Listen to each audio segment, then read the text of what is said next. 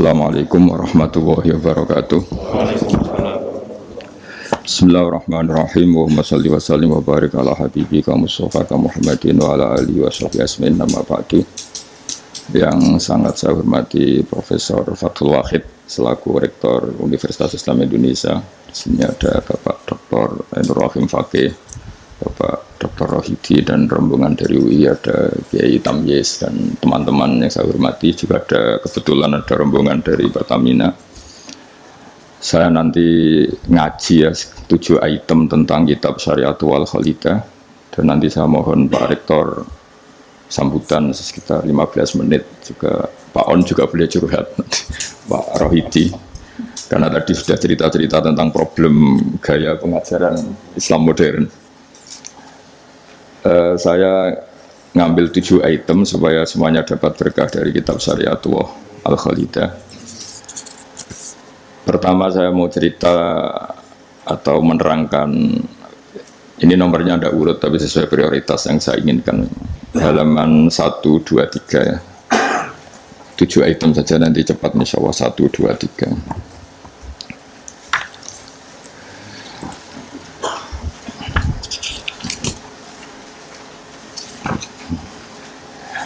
Nah, ini diterangkan di antara makalah ya, mutiara makalah yang disampaikan oleh Sayyid Hasan bin Ali, yaitu cucu Rasulullah SAW.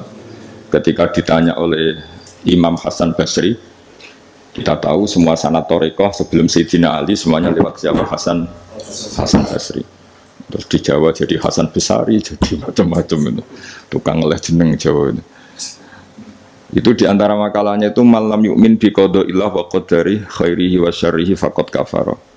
Tapi waman hammala dzambahu rabbahu faqad fajara. Jadi kalau orang tidak berkeyakinan qada qadar khairihi wa syarrihi minallah, dia berstatus kafir. Tapi orang yang mengkambing hitamkan Allah ketika dia dosa, faqad fajara. Dia itu orang yang enggak benar.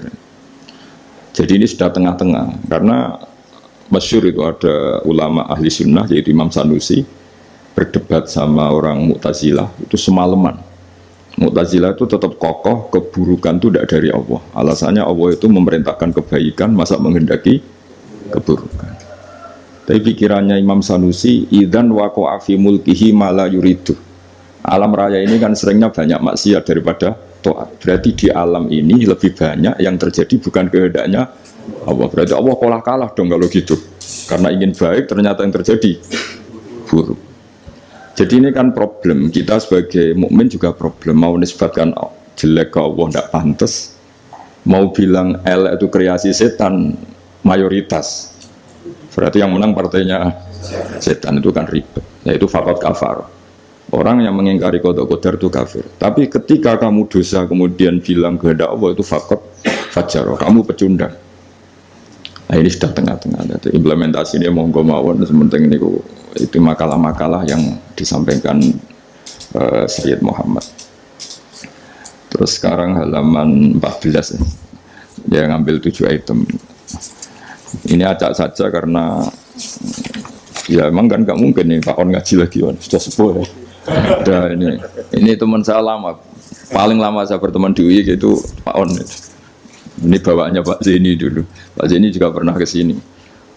Itu kalau nekuni tafsir itu ya pusing. Enak yang tinggal baca. Saya tuh sering debat sama Pak Zeni itu sampai jam 2, jam 3 di kantor itu, di Badan Wakaf itu dulu, bekasnya rektorat. Itu kalau nggak selesai itu beliau jam 4 ke kontrakan saya di Ketonggo. Karena kita ini sangat fikih. Pak Zeni itu dulu kan fakultasnya adab. Beliau di sastra Pak Tamyiz. Jadi beliau lebih mengedepankan aspek balawala. Saya fikih. Misalnya gini, sama terjemah ini kalau bisa ya hebat, itu sudah bisa boyong. Misalnya az-zani la yankihu illa zaniatan, itu ayat hukum apa ayat faktual? Di ilmu ushul fikih itu diteliti. Kalau ayat hukum berarti maknanya pezina itu nggak boleh nikah kecuali dengan pezina. Pertanyaannya, jenenge zina gue serah kepengen nikah, kepingin kumpul kebo, udah usah dilarang ya sudah. Nggak nikah kan, memang dari awal sudah kumpul kebo, ngapain nikah ya? Jadi kalau diharamkan gunanya apa? Mereka sudah tiap hari kumpul kebo. Apa itu ayat faktual? Maksudnya Allah cerita al-waqi'ah, waqi'atul hal. Kalau dalam ilmu usul fikih, waqi'atul hal itu gini. Jenenge wong zina iku trene ya untuk wong sing padha-padha zania. Kan gak mungkin zanen kenalan mbek Hafidhah gitu. Hafidhah kenalan. Jadi karena masa lalunya itu temannya itu ya entuk ya itu. Jadi itu bukan masalah hukum, tapi masalah faktual. Jadi kalau dosen ya untuk dosen kan, kira dokter ya untuk dokter kan, kira-kira gitulah. Orang itu akan mendapatkan sesuai komunitasnya. Kalau mahasiswa sesuai yang dipacar lah, orang akan menikah sesuai yang dipacar. Pacar terakhir Pak. Yang dulu-dulu kan gagal. Nah, itu bedanya jauh nanti. Kalau itu dianggap ayat faktual, maka nggak dianggap nasah mansuh. Tapi kalau itu dianggap ayat hukum, pernah ada hukum bahwa orang yang soleh nggak boleh nikah zania. Terus hukum itu dimansuh oleh ayat wa angkihul ayama minkum wassolihin min ibadikum wa iman. Oh itu kan nggak bisa selesai. Mbok Sya'rawi, Mbok Imam Suyuti itu tidak akan selesai perdebatan seperti itu. Nah, kalau menurut asbabun nuzul ya mirip iya mirip enggak. Jadi dulu tuh sahabat dulu kan punya masa lalu lah. Di antara sahabat itu ada yang punya pacar perempuan cantik, namanya tuh Anak. Ketika dia sudah Islam, sudah baik, masih kangen sama pacar lamanya. Pacarnya itu di Mekah. Ketika Fatu Mekah ingat lagi. Jadi kayak mantannya sampean terus rondo nilai meneh. Ini manusiawi sekali. Terus alhasil terus tanya, ya Rasulullah kalau saya nikah anak boleh ndak? Tapi dia masih begitu, maksudnya masih profesinya masih seperti itu, masih PSK lah kira-kira gitu. Kira-kira baghiyah kalau dalam bahasa Arab itu baghiyah.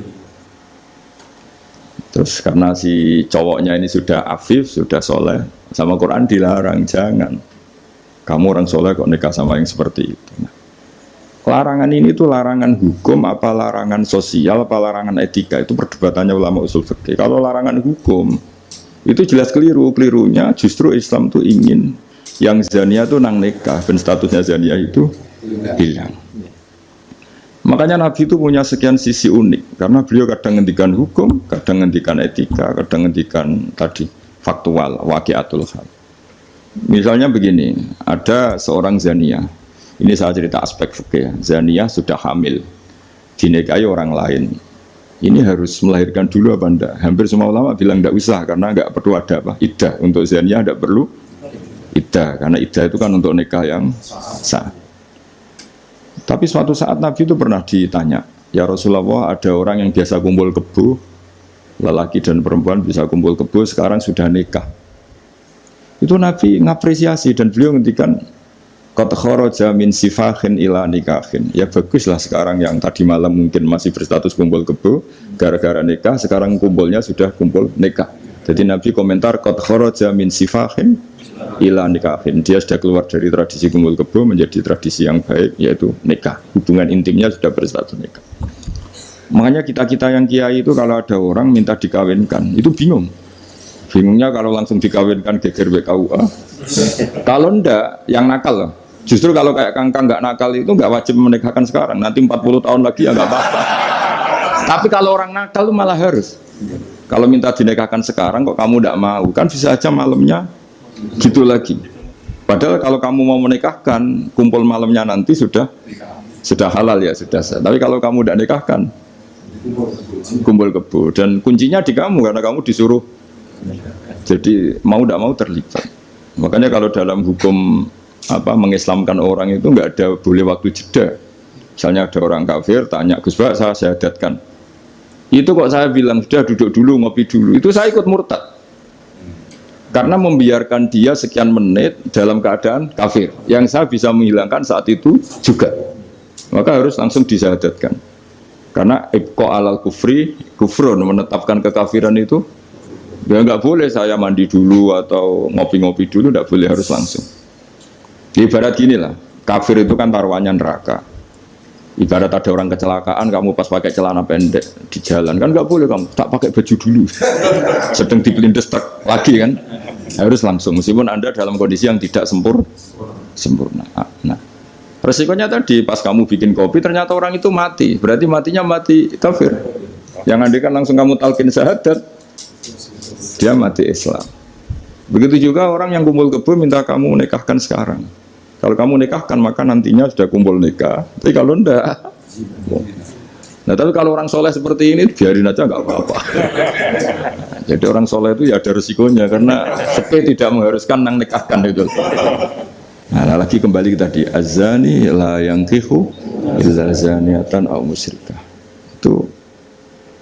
Itu faktual, apa hukum, apa etika. Ya kita mau tidak mau debat karena kita nggak punya pilihan. Ulama ada mengatakan tunas samanso, ada yang nganggap itu waqiatul halannya, ya kondisi sosial pasti seperti itu kan. Nah masa zani misalnya terus akrabnya sama hafidho atau solihah kan kemungkinan itu kecil. Kalaupun akrab ya mungkin yang satu nipu kan, pura-pura ada orang hidung belang kan. Nah itu mau tidak mau itu harus debat seperti itu. Terus kedua, aspek yang sering saya debat dengan Pak Zaini itu aspek bahasa fikih. Bahasa fikih itu menuntut vulgar.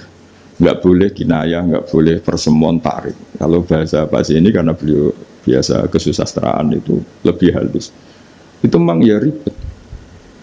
Ya karena kita sering tidak punya pilihan. Saya ulang lagi sering tidak punya pilihan. Nggak boleh misalnya zina itu dibahasakan tidur bareng. Nggak boleh. Karena kalau tidur bareng dihukumi zina, berarti orang yang tidur bareng tidak melakukan itu boleh dirajam kan. Itu kalau di fikih harus vulgar. Ada saksi yang menyaksikan itunya masuk sampai detail. Saksi ngerti tidur bareng atau berdempetan saja nggak boleh. Jadi ya agak kacau memang bahasa fikih itu mau tidak mau harus vulgar. Harus kayaknya orang-orang etik itu ndak mau. Nah, di sini terus misalnya ada masalah ketika aula mastumun nisa. Aula mastumun nisa itu bahasa sastra apa bahasa beneran gitu. Kalau bahasa sastra berarti Quran itu sangat halus sehingga membahasakan jima itu lamastum. Nah, Ibnu Abbas berpendapat itu atau kamu hubungan intim sama istri kamu itu membatalkan wudu. Nah, ini yang kelompok-kelompok tertentu berpendapat gitu, makanya untuk batal nunggu hubungan suami istri. Tapi ada ulama mengatakan lamastum memang benar-benar nyentuh, jadi sekedar nyentuh tangan ini sudah batal. Jadi efeknya ini besar. Yang satu bilang lamastum kinayatun anil jima, sehingga untuk mengatakan batal harus nunggu jima. Yang satu yang memang lamisa memang pegangan saja. Nah, terus jadi dua kelompok mazhab itu. Jadi memang perdebatan memaknai Quran itu ya mau tidak mau. Cuma kalau sama-sama ahli kan masih ada ringnya. Nah, sekarang yang ribet itu mau Quran Raiso isane terjemah melok nafsi riwayat itu musibah itu musibah besar. Nah karena Quran itu kalau bahasa itu diulang ini supaya maknanya itu begitu. Kadang sama, makanya kata Imam Ghazali ngulang itu karena sama. Misalnya gini ya, tak beri contoh ya. Orang dosa itu pasti punya akibat ke orang lain. Disebut ajroma, ajroma itu melukai orang lain. Innal ladzina ajromu kanu minal ladzina amanu yadhakun. Tapi nanti digenti. Kalau ajromu ini ditafsir digenti kafaru, karena di belakang digenti fal yaumal ladzina amanu minal kuffar, bukan minal mujrimin. Jadi di depannya pakai kata ajromu, di belakang pakai minal kuffar. Misalnya tadi ada 3 kelompok di akhirat, menerima tangan kanan, menerima buku dengan tangan kanan, kedua dengan tangan kiri. Tapi yang terlalu buruk itu waro adzohri, menerimanya membungkungi yang ngasih.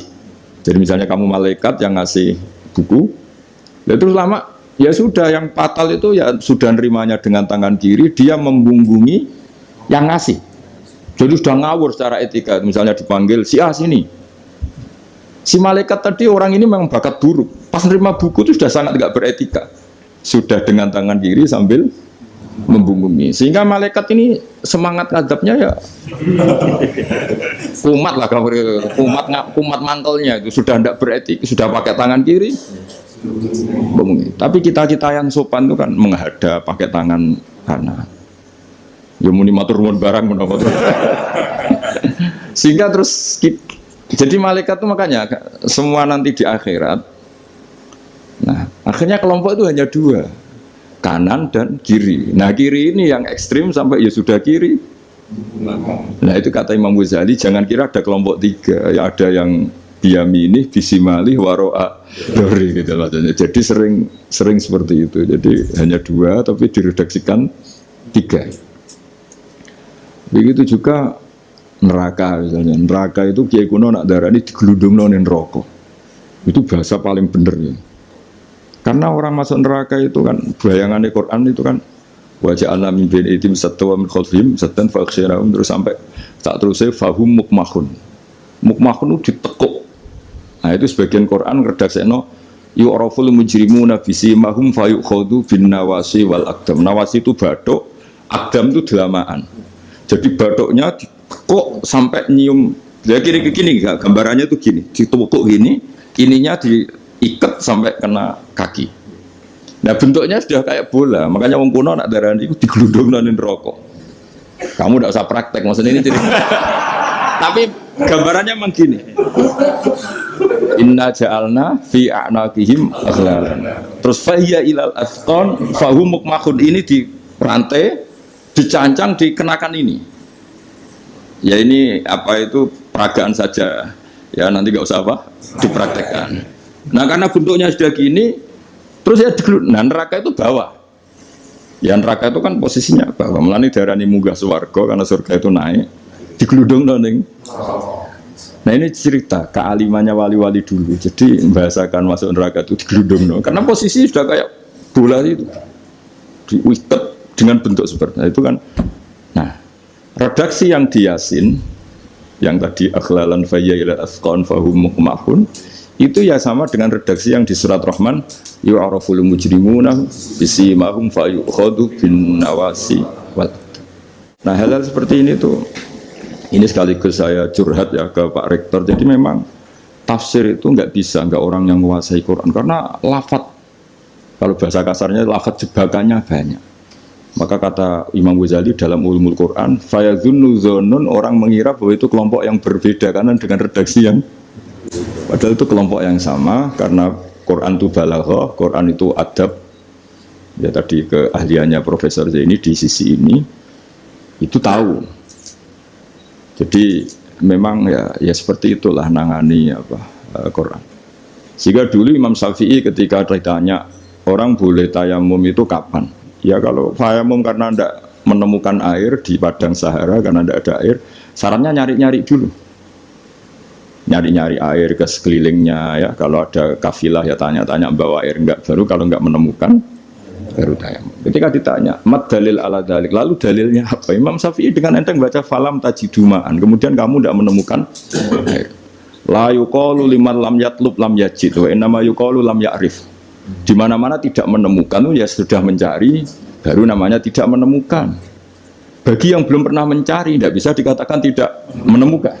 Jadi itu la yuqalu liman lam yatlub lam yajid. Bagi yang belum pernah mencari namanya tidak menemukan, tapi namanya tidak tahu. Nah, itu contoh-contoh ijtihad Qur'ani ya. Jadi ya lafadznya Quran hanya falam tajiduma'an. Tapi namanya tidak menemukan berarti ada sabqit tolab. Mesti dimulai mencari. Ya, terus berikutnya ini ya acak saja. Enggak sampai 7 ya enggak apa-apa, sekenanya aja. Ini kan curhat susahnya nerjemah.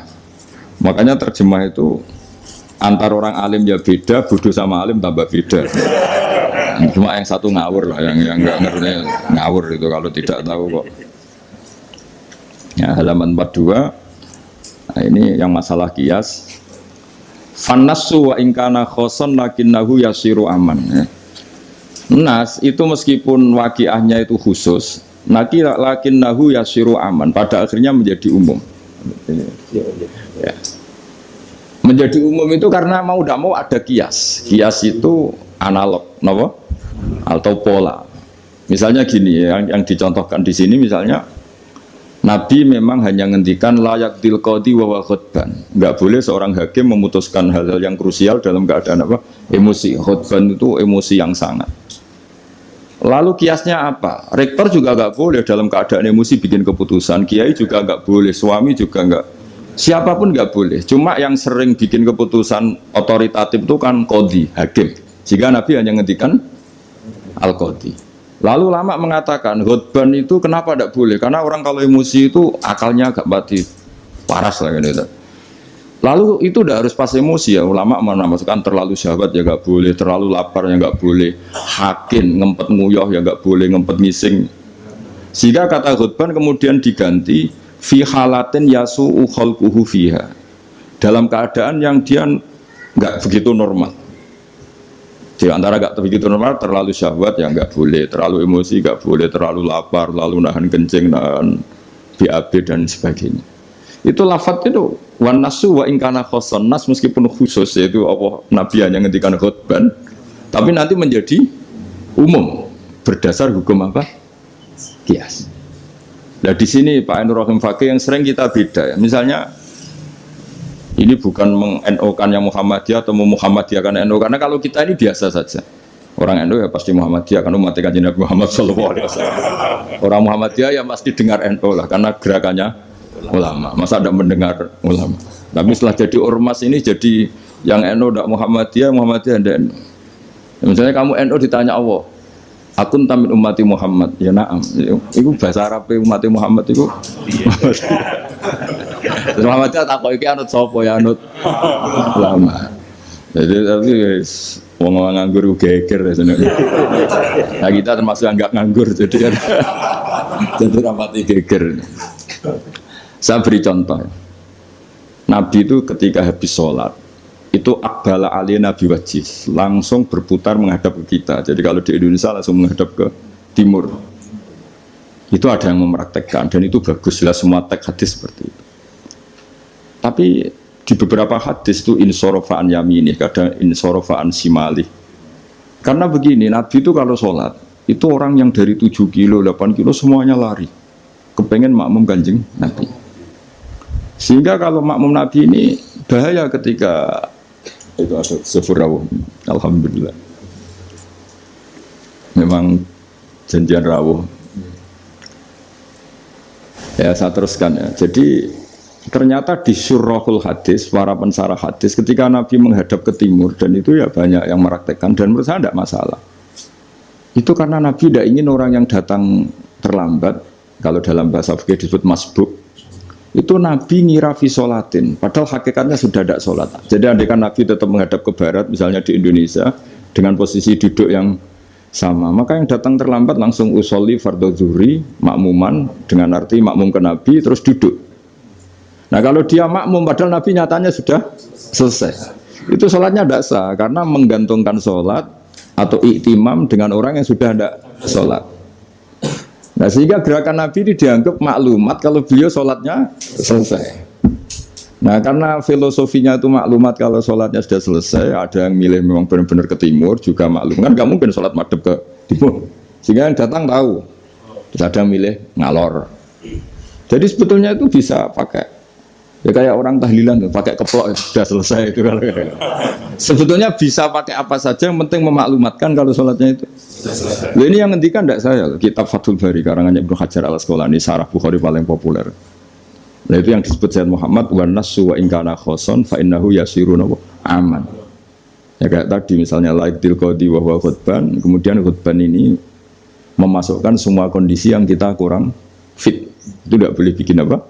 Keputusan. Qadi ya juga kita ganti.